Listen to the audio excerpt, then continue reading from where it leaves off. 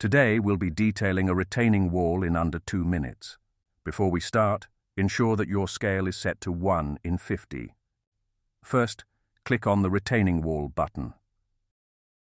A pop-up window will appear, allowing you to adjust your retaining wall specifications as needed. After making the necessary adjustments, click on the Preview button. Next, select a point where you want the concrete detail. After placing it, choose a point where you want the reinforcement. Now that the details for the concrete and reinforcement are set, you can proceed to adjust the leaders and text as needed.